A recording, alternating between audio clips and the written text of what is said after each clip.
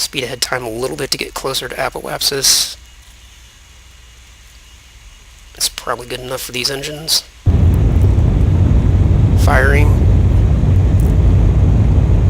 See apoapsis counting down and the periapsis coming up.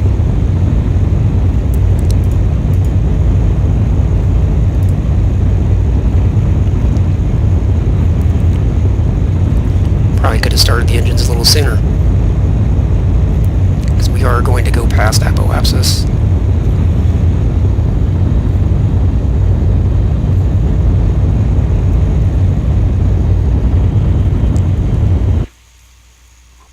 And the external tank will go around on the original path and burn up in the atmosphere. And the original path had a periapsis of about 10 kilometers, I believe, which actually is a little high. Should probably have been negative. But the external tank will still go around and crash into the atmosphere.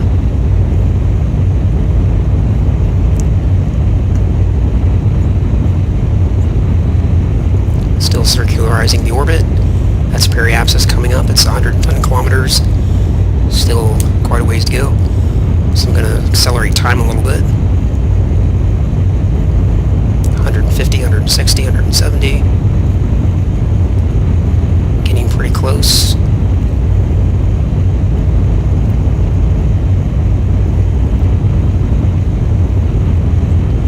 See the orbit eccentricity coming down. That's how circular the orbit is. 0 is a perfect circle.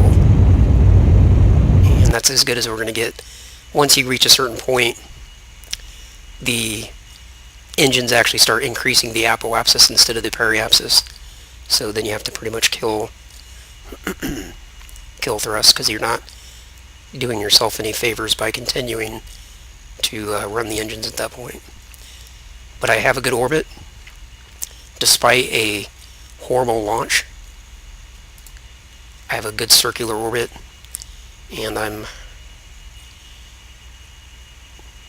a little ways behind the International Space Station.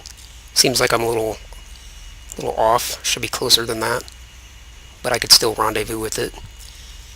The next maneuver, and I'm simply not going to have time to go through the whole thing, but the next maneuver is to fix this relative inclination, and I'll do that at the ascending node, because that's coming up next. There are 2 node passages. There's the ascending node and the descending node.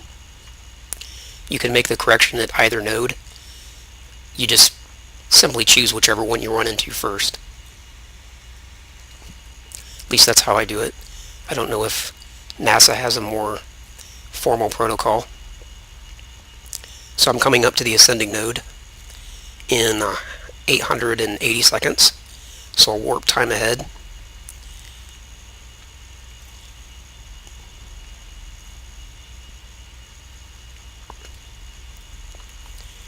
And basically when this number is half of this number, ascending node is anti-normal, that's when you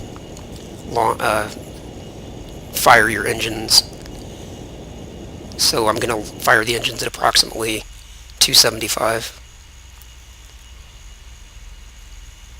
But I do have to have the orbiter in proper orientation first.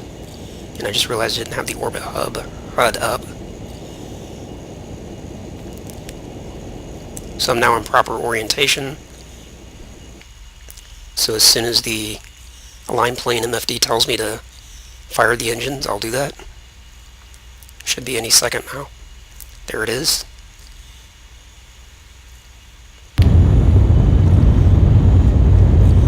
And you'll see the relative inclination countdown.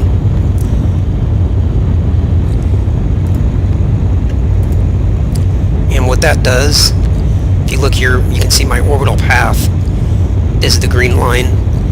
The yellow line is the International Space Station's orbital path. By bringing the relative inclination down to 0, it will lay this green line straight over top of the yellow line, which means that I have the same path around the Earth as the International Space Station. Right now I'm off by enough that I would never be able to rendezvous. 1 degree or even a small percentage of 1 degree is too much. You have to be exactly 0, 0, 0 in order to rendezvous with the space station, or any object for that matter. So you can see these plane changes are very expensive in terms of how long you have to burn the engines. I've been burning for quite a while already, and it's only come down 1/4 of 1 degree. So every fraction of a degree that you're off costs a lot of, money in terms of how much fuel you're burning and how much mass is required to make that correction. So when you launch, you want your launch profile to be such that your relative inclination is as close to 0 as possible on the ride to orbit. That way you don't have to make any corrections after you get into orbit. So my launch effort could have been a lot better. Let's go ahead and warp time ahead here a little bit.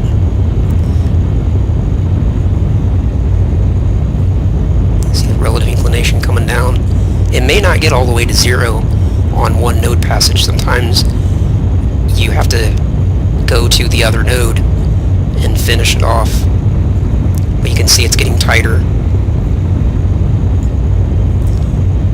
And I mean, I'm warped ahead at a factor of 10 and I'm still burning, so you can see how incredibly costly this burn is. So their align plane tells me that it thinks that's all it's going to get out of this particular passage. But as long as this is still coming down, I feel like it's still worthwhile to burn. When I see this no longer counting down, that's when I stop the burn. But I didn't get the entire inclination down to 0 on one pass, so I'm going to have to orbit all the way around to the other side of the planet and try again.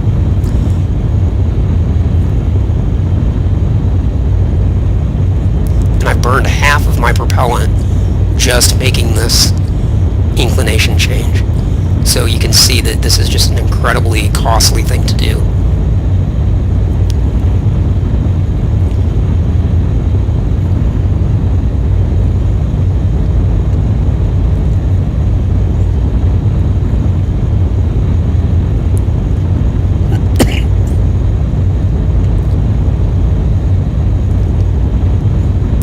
Relative inclination still coming down. This is still counting down, so we're still getting some benefit out of this. It's probably just not perfectly efficient. That's probably why the align plane MFD tells you to kill thrust, because I'm probably just not getting perfect efficiency out of this burn.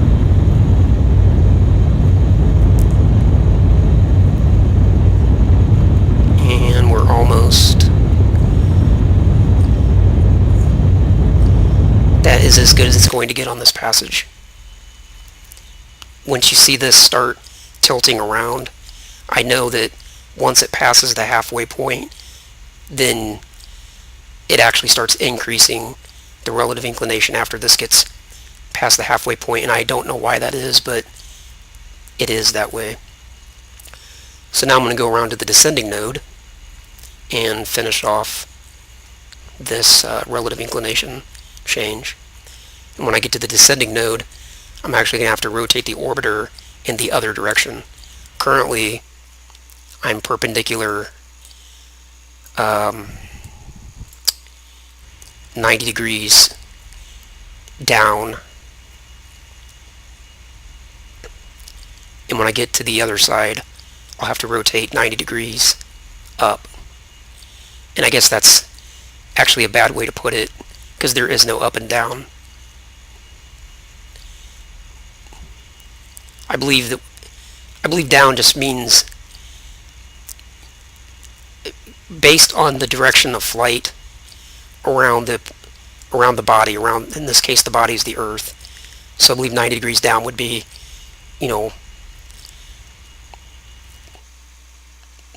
south maybe. It's a really bad way to put it because there is no north, south, up, down in space. So anyway, let's go around to the descending node. And when this gets all the way down to about 3, that's when it'll be time to fire. But I'll have to come out of warp sooner than that so I can make the orientation change.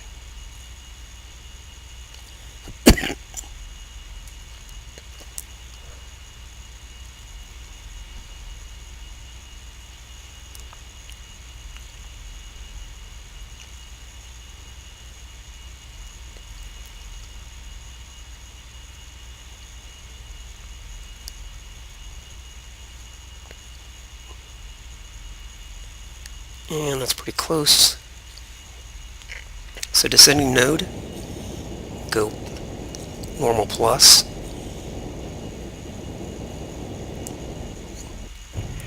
Okay.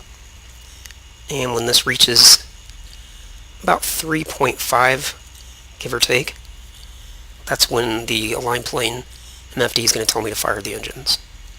And this will be a fairly short burn.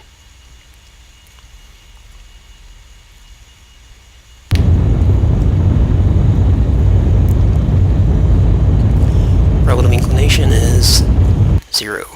I'm going to use the translation just to get rid of that last little bit of TTHA, TTHD.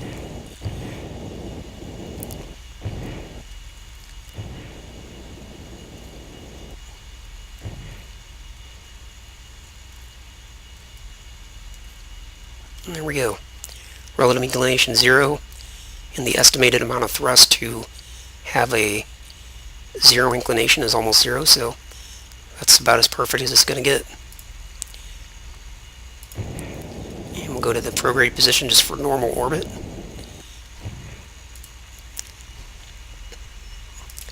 Now if I zoom out, oops, that's in. If I zoom out of the map, you can see that I now have perfect alignment with the International Space Station. My orbit around the Earth is exactly in line with the ISS, and this will never change. As long as I'm in orbit, I'll continually stay on this path no matter how many times I go around. I suppose in real life there are various permutations, I believe that's the correct term, that can actually adjust, can actually make your path change slightly. Solar wind or something, different things that can change your, can have subtle changes on your orbit, but I don't have the advanced permutations enabled on orbiter, so I don't have to worry about stuff like that.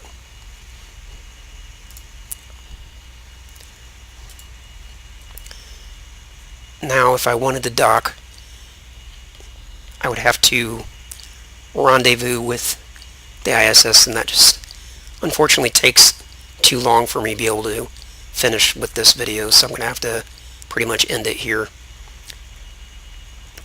It would take me another, probably close to another half hour at least, if not an hour, to rendezvous with the ISS, and I don't have enough recording time to do that.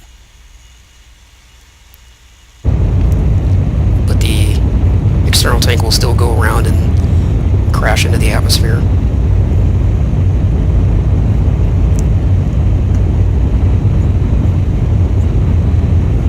Still circularizing the orbit. That's periapsis coming up. It's 110 kilometers. Still quite a ways to go. So I'm going to accelerate time a little bit. 150, 160, 170. Getting pretty close.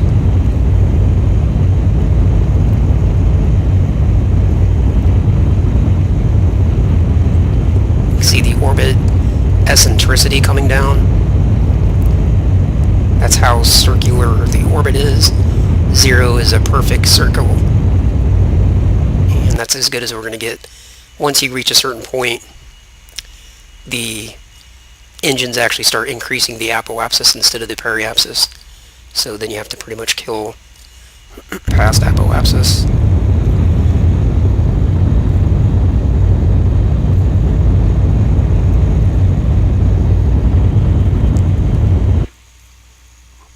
And the external tank will go around on the original path and burn up in the atmosphere. And the original path had a periapsis of about 10 kilometers, I believe, which actually is a little high. Should probably have been negative kill thrust, because you're not doing yourself any favors by continuing to run the engines at that point. But I have a good orbit, despite a horrible launch. I have a good circular orbit, and I'm a little ways behind the International Space Station. Seems like I'm a little off. Should be closer than that, but I could still rendezvous with it. Speed ahead time a little bit to get closer to apoapsis. It's probably good enough for these engines. Firing.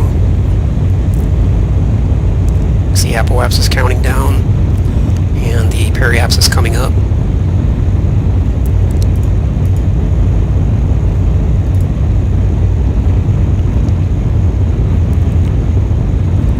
Probably could have started the engines a little sooner, because we are going to go